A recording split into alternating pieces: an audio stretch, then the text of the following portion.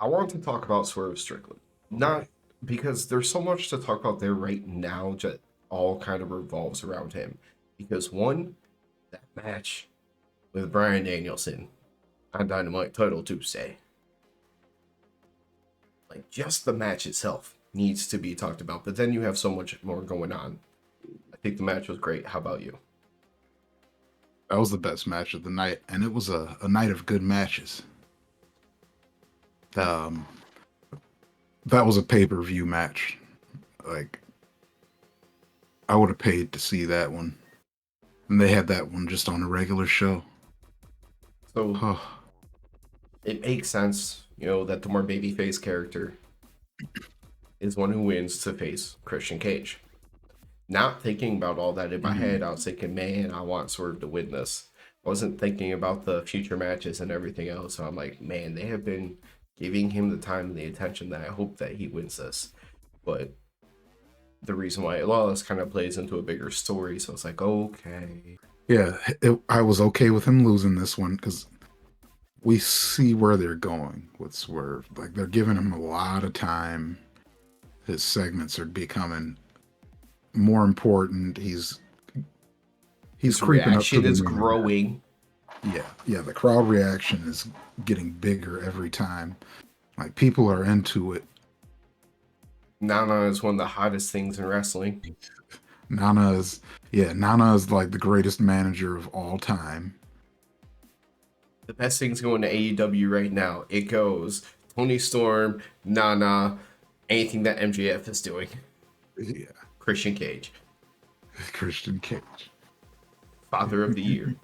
Um, the only thing that sucks is I it's becoming such a trope now for him to have like the outside help and the interference, and it had to be in this match to help explain away how he was going to lose.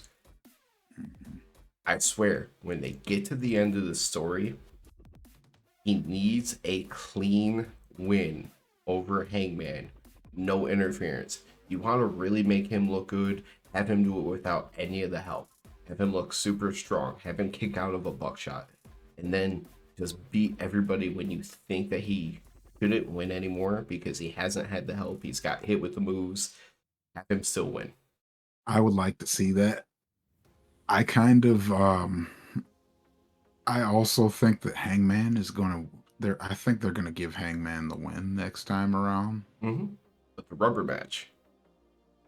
Mhm. But the rubber Oh, okay. Yeah, I see what you're saying.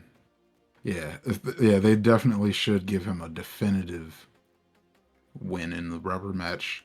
That way they can go ahead and just because you pretty much strapped the rocket to him and you just haven't fueled it up all the way. Like, go ahead, just finish it up. He's ready. Or let's say the TNT champion was a babyface and you wanted a heel to win over Danielson. Him being Danielson clean, I don't think Danielson would have minded it. And I think that would have been great for Swerve. Like, he needs a high profile win against like a world champion or somebody on that level. Danielson hasn't held the belt, but everyone regards him on that level, right? Right. And then, I mean, I know that's what the Hangman win kind of did. It's like, hey, this guy that's been there and is kind of creeping his way back up to that way as well. He just got this big win over him. But yeah, I would like to see another big win for him just to cement that he is that top guy that we all know he is. I just want to see it without all the shenanigans from ringside. No, you're gonna get shenanigans. Okay. Prince Nana is gonna be he's gonna be doing stuff. Let it happen, but have him kicked out of the match early. Have the match go another 15 minutes. Okay. Okay.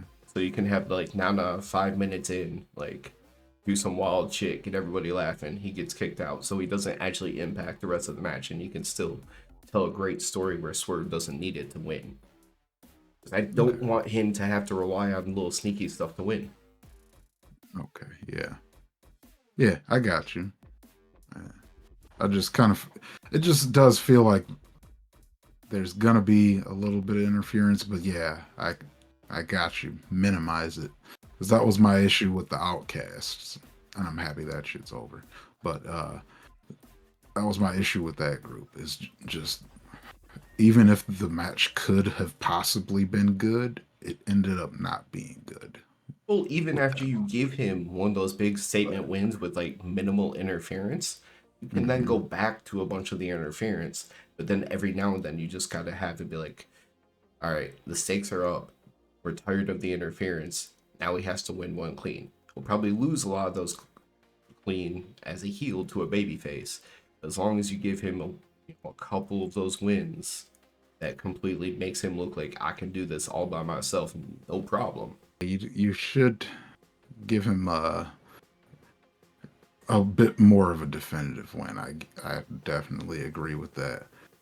But I think part of the strength of Swerve is the fact that he's always got somebody there. I'm fine with that. I just don't want him see him become the complete trope of like the sneaky heel bastard who can only win by cheating and sneaky means.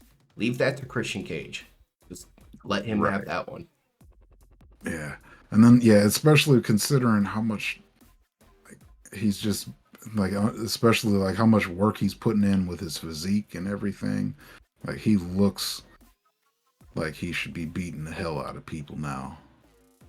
You know, one thing that I thought about just earlier today, I hope, because the way that WWE is able to make stars, AEW doesn't have all those same avenues right now, but they do allow more creative freedom to create more of those open avenues on your own, right? Mm-hmm. We've seen Swerve bring people from hip hop into the world of wrestling for random cameo appearances, but at the same time, like, I kind of want to see if he could ever find his way out more into the world of music where more people might actually get introduced to him and then they come to wrestling because he's there. That'd be one of those things that could give him like the John Cena type of star power, like where you have Ross brand marketing, you're in different niches, all that stuff. You become more global as opposed to the niche of wrestling. Yeah, that would be really nice. I don't know. I've heard some of his recent stuff is actually pretty good, and I don't know. He kind of still has more of an underground feel to his rap. I don't know. Maybe as he gets bigger, that kind of thing will come along, but it definitely has more of an underground feel. He also uses a lot of like underground legends. He is great as a wrestler and as a performer in itself, right? We love him. Mm-hmm. I'm just all for whatever that dude can do to make his star power outside of wrestling translate back into wrestling, because that's only going to help wrestling. Yeah. Hey, keep bringing out Rick Ross. He was a big motherfucker.